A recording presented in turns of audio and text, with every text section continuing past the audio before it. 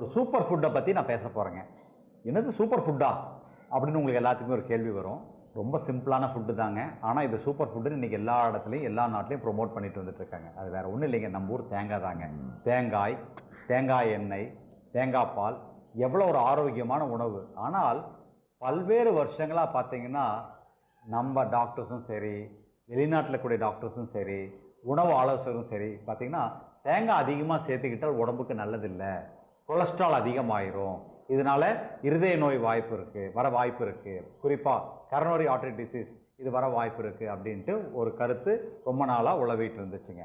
உண்மையிலே சொல்ல போனால் தேங்காயில் நேரடியாக கொலஸ்ட்ரால் இல்லைங்கிற விஷயம் இன்னைக்கு வரைக்கும் நிறைய பேருக்கு புரியறது இல்லை, சொன்னாலும் ஏற்றுக்க மாட்டேங்கிறாங்க. என்ன காரணம் பார்த்தீங்கன்னா கொலஸ்ட்ரால் அப்படிங்கிறது ஒரு அனிமல் சோர்ஸ்லேருந்து மட்டும்தாங்க கிடைக்கும்.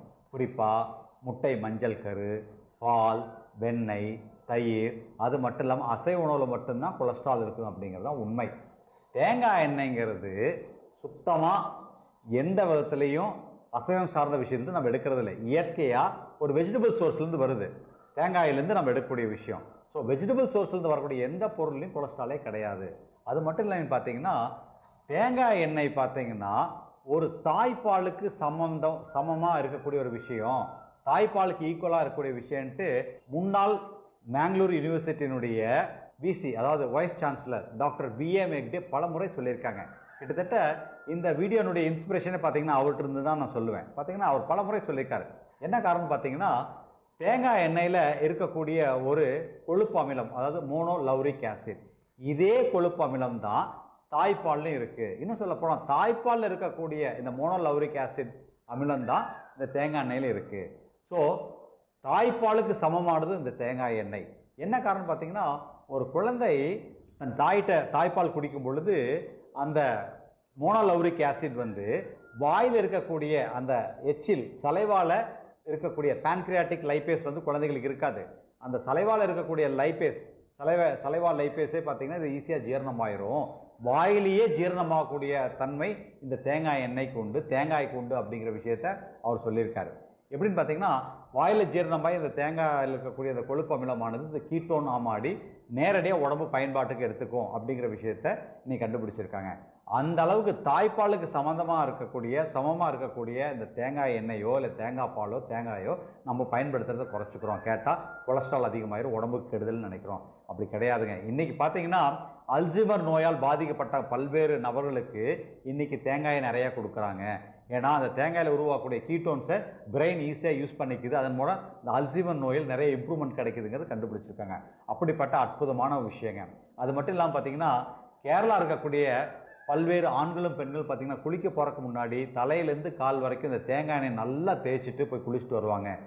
கேரளாவில் பார்த்தீங்கன்னா நிறைய பேருக்கு தோல் நோயே இருக்கிறது இல்லை. காரணம் இந்த தேங்காய் எண்ணெய் பார்த்தீங்கன்னா ஒரு அற்புதமான கிருமி நாசினியும் கூட.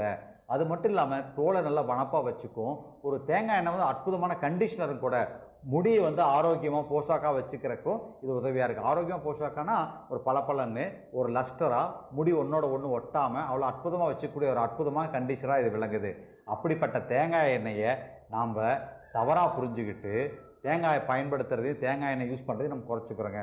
கிட்டத்தட்ட 1940 60 வரைக்கும் பார்த்தீங்கன்னா அமெரிக்காவில் தேங்காய் எண்ணெயை ஒரு டெமனைஸ் பண்ணிட்டாங்க. அது ஒரு மோசமான உணர்வாகவே சொல்லிட்டாங்க. என்ன காரணம் பார்த்தீங்கன்னா அங்கே சோயா நிறையா ப்ரொடியூஸ் ஆகும் பொழுது அந்த சோயாக்கான தேவையும் விற்பனை சரியாக இல்லாத பட்சத்தில் அதை எப்படி மார்க்கெட் பண்ணுன்னு பார்க்கும் பொழுது அதே சமயத்தில் ஒரு பொலிட்டிக்கல் லாபியும் நடந்துச்சு. அடுத்த எலெக்ஷனில் ஒரு பிரசிடென்ட் செலக்ட் ஆகி வரோம்னா இந்த விவசாயிகள் சோயா பீன்ஸை உற்பத்தி பண்ணக்கூடிய விவசாயிகளுக்கு அது ஒரு நல்ல பிஸ்னஸ் நடக்கணும் அப்படின்னு என்ன பண்ணலாம், தேங்காய் எண்ணெய் அப்படின்ட்டு ஒரு 4-5 விஞ்ஞானிகள் சொல்ல வச்சாங்க. அப்போ என்ன ஆச்சு, உலகம் முழுவதும் தேங்காய் எண்ணெய் தவறான ஒரு விஷயம்னு பரப்பப்பட்டது. அதனுடைய தேங்காய் எண்ணெயுடைய பயன்பாட்டு குறைஞ்சிட்டு வந்துச்சு. ஆனால் கேரளாவில் பார்த்தீங்கன்னா எல்லா விஷயத்தையும் தேங்காய் எண்ணெய் பயன்படுத்துனாங்க. நேந்திரம்பழம் சிப்ஸாக இருக்கட்டும், மீன் பொரிக்கிறதா இருக்கட்டும், எதுக்காக இருந்தாலும் அவங்க தேங்காய் எண்ணெயை பயன்படுத்தினாங்க. நம்ம முன்னோர்களும் தேங்காயை நிறையா வகையில் பயன்படுத்திட்டு இருந்தோம். ஆனால் இந்த தவறான கருத்தால் தேங்காய் பயன்பாட்டினுடைய அளவு குறைஞ்சிருச்சுங்க. அதனால் தேங்காயை தாராளமாக பயன்படுத்தலாங்க.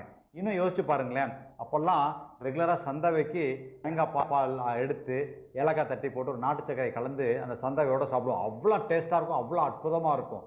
ஈவன் நீங்கள் தேங்காய் பால் எடுத்து கொஞ்சம் தயிரோடு கலந்து அவல் ஊற வச்சு அதில் கலந்து சாப்பிட்டு பாருங்கள், அற்புதமான ரெகுலராக சாப்பிடக்கூடிய தயிர் சாதத்தை விட இந்த அவல் தயிர் சாதம் அவ்வளோ அருமையாக இருக்கும். தேங்காய் பால் கலந்த அவல் தயிர் சாதம் அவ்வளோ அருமையாக இருக்குங்க.